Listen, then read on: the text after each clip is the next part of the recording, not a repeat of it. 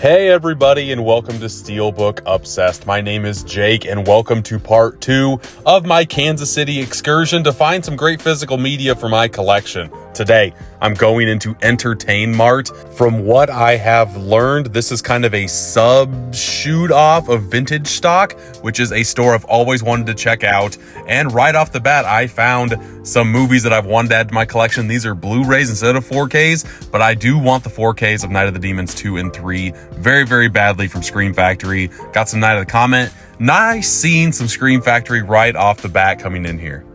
Let Me In is a movie that I think is phenomenal, that does not get talked about enough these days, and I'm not quite sure why. I've never seen it with the slipcover. I already have the movie, but I kind of want to get this one as well. Here's Ocean's 8, I guess, a Steelbook out in the wild, $12.99. Movie's not that great. You can kind of keep it back there. Pieces, okay, very, very cool to see this out there too. $30 is a little high, but it's a Grindhouse releasing title. I don't know. It's one I've wanted to watch for the longest time, that's for sure. In the Mouth of Madness is a hidden gem Carpenter film. I tell you what, if you've never seen it and you're a horror fan, highly, highly recommend it.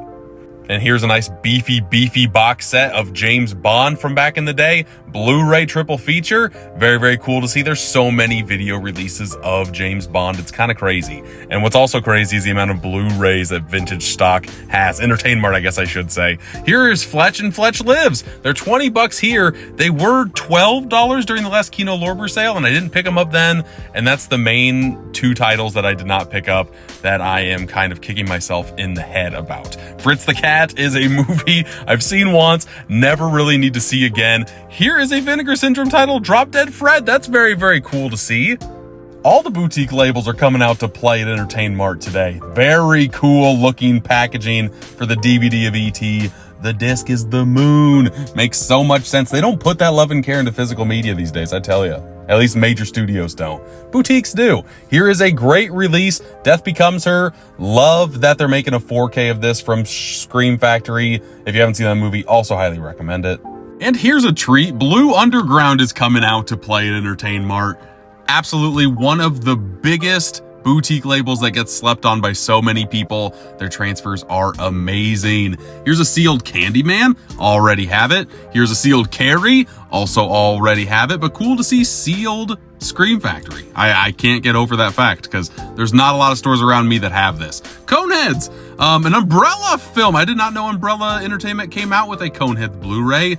I did not pick this one up, and I probably should have, because Coneheads is amazing. Ace Ventura double feature, a Viavision title. They're even going across the globe to Australia to bring you some boutique label love. And I love seeing that they have a Criterion Collection section in their store as well. Gotta give this a good thumb through. $16.99 too. Their Blu-ray prices are even less than the 50% off when those sales happen. Love to see that as well, folks. I've got my kids with me. We all went on vacation. They were nice enough to go look at stuff with me while I looked at stuff with them. And yeah, I'm in the kids section. Here is Return of Jafar and King of Thieves. I watched The Return of Jafar for the first time since I was a kid last year. It's best that movie remains in my memory as something I liked, because woof, the animation style now looks terrible. And speaking of terrible, one of the worst looking steelbooks in my collection. I hate this thing with a passion. $10 sealed. It should be long on the shelf here forever. Also looks like we have a nice beefy 4K set. I just thought that the 4Ks and Blu-rays would be mixed together. Halloween 4, that's the one that I need with the hard case, and this does not have a hard case. I have 1, 2, 3, and 5 in the hard case. 4 is the last one I'm looking for, and I want to find it out in the wild. I don't know if I ever will, but I will always be out on the hunt. Existence, I wish I had that nice box set. I'm not going to get just the bare bones edition though. We got Fargo on 4K. Love that movie. Let's look at what other things I can find over here in the 4K set. Here's Soul. I don't own this movie. $16.99 seems to be a pretty good price for it. Suspiria, I don't own this movie in the collection, and I've never seen it. I've heard phenomenal things, and I'm getting into some Argento. Oh god, the movie just slipped out of there because the slipcover is slipping off the movie. The glue is not working, but Luca I absolutely love. Here is Witness. I talked about this on my podcast Boutique Talk with Huck, and it was a blast. Highly recommend Witness if you have not seen it, and recommend you listen to the podcast if you have not listened.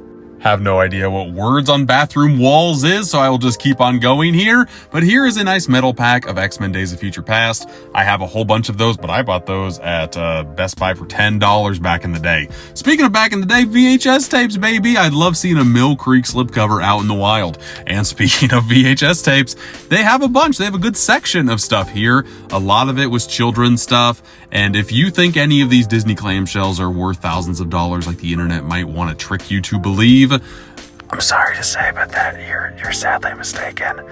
Here's a lot of clearance stuff, and I did not get to see this until I was like waiting to check out. So I didn't look at this for a very long time. I didn't know what deals I would find. I didn't see a lot of great deals, just kind of skimming, and there's a lot of Funkos. I feel like the Funko bubble has officially popped, and I'm okay with that. But here is the stack of stuff that I did find. Let me show you what I got. So, Entertainmart was very entertaining to go to. It reminded me a lot of the used media store in my neck of the woods, JCD and Hobby. I could spend a lot of time there. This is also a subdivision, a skirt to vintage stock, which vintage something. It's a store that I've wanted to go to. That one, I wanted to go to the archive. I wanted to go to Bull Moose. Those are like three main physical media outlet stores that I want to hit up before maybe the next 5 years, 10 years. I know I'm planning on going on a vacation that I'll be close to the archive next year. So that one is on the bucket list. Cannot wait to check that off. I kind of put 1 mark instead of a 2 mark in the vintage stock arena because I did find 4 movies that either I wanted to add to the collection and I was surprised I didn't have, or upgrades to the collection. I will show the upgrade one first. I adore this movie. I also adore the foreign film that came before it. Of course, we have to like reboot everything and put the American spin on a lot of different like very big movies from around the world. Here's Let Me In, a good example of the Americanized version and the original version being good. Like The Ring and Ring You. Let the Right One In and Let Me In. I had this movie already. I did not have it with this slipcover. And let me tell you, I adore this slipcover so much. I like it a lot. I've not attempted to try and take off Entertainmart stickers. So we'll see if that's a good or a bad. But it also came with a comic book, Dark Horse comic book. This is actually written, or I want to say written, maybe illustrated, written by Mark Andreyko, which is a person who I have followed ever since I've seen him compete in Movie Trivia Schmodown. And if anybody is a Schmodown fan, please let me know in the comments. I miss it so dearly. It pretty much combines movie trivia and wrestling, 2 of my favorite things. If you have never heard of it, go back and watch some of the matches. They're so entertaining. But I had no idea that Let Me In had a comic book. So it's kind of cool that this was included and did not get lost in the shuffle. Whoever collected this movie collected it in style. And honestly, I could see Let Me In getting a Scream Factory release, a 4K Scream Factory release sooner rather than later. And also, I don't know if this is gonna work, but I have a voodoo code for Let Me In. This movie came out in like 2010, 2011, something like that. 2010. So if this still works, that's amazing. And hopefully somebody got it. If you did get it, let me know in the comments that you did get it. Here is the inside. It also has a digital code from iTunes, but you have to pop that disc in back in the day where you had to have so many steps to get your digital codes. Now they are pretty dang easy, and it's nice to have. I'm happy I have this. I wonder if the comic book can fit in the actual movie. It can't. Why did you make it so that, I mean, it is the exact size of the case, but that means you can't fit it inside of the case because of like the lip right here. Little on the unfortunate side. Not great when it comes to designing your packaging, but still happy that I have this nonetheless. And I think it just stays in here regardless. Doesn't shake out, so that's good. Let Me In, number 1. I will end with a horror movie, but first I'm going to talk about 2 movies that I found that I did not own that I really adored. These movies came out during COVID, so they never really got a theatrical release, and it's a shame. because I think that we just witnessed the second renaissance of original Pixar films, and nobody talks about it because they weren't able to see it in theaters. They didn't have the momentum of a great press run when the movie originally came out. First up, I got Luca. It came with a slipcover, but this slipcover has seen better days. All I need to do is glue it and it'll come back on, so that's fine.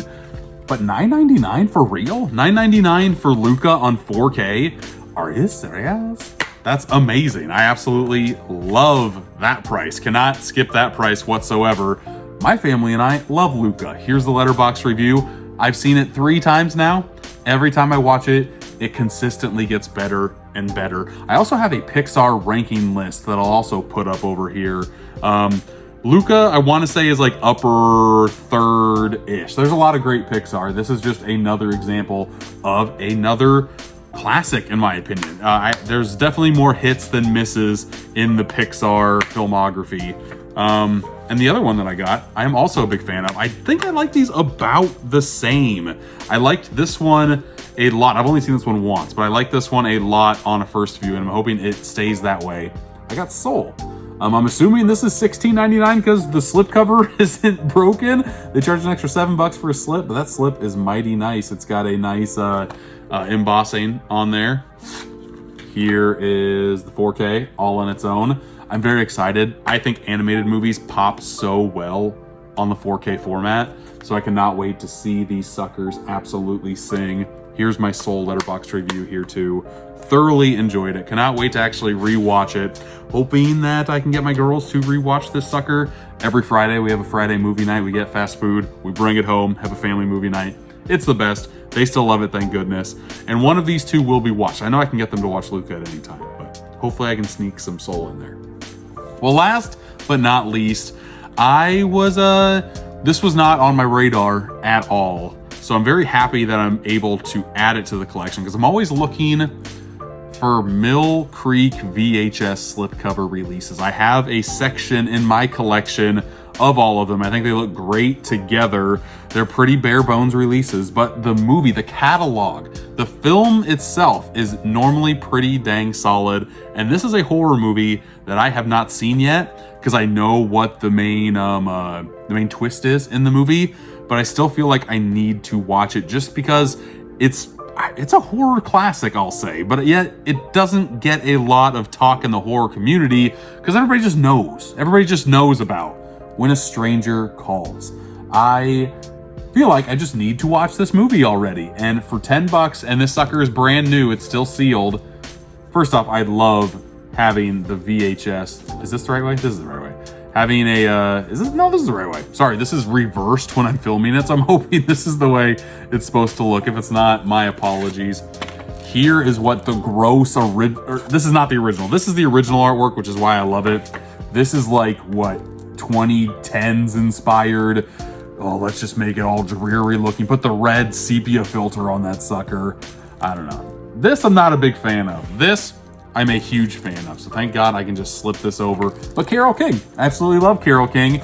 I know her most for Unbreakable Kimmy Schmidt as the crazy landlord lady, but I've not seen like a lot of her young performances at all. So very excited to give this sucker a shot. And like I said, no special features on the back whatsoever, but that's okay. I just want to finally see what this movie is all about. Well, there you have it, folks. Here are the 4 movies that I picked up with this Entertainmart gathering, and I'm very jealous of all the people in the Kansas City area that are able to go and just go to that store at all times, because that is definitely a good one. And if you collect physical media, I'm hoping you know what kind of wealth you have in front of you, because not a lot of places have great stores like the one that I saw in there. And you have the FYE in that same mall. If you haven't seen part 1 of this video where I shopped at FYE, saw a lot of new and used media, go over there, watch that video. Thank you for watching this video. If you got this far and you haven't liked and subscribed, please do that. Helps out the channel a lot. Thanks again for watching, and until next time, I'll see you.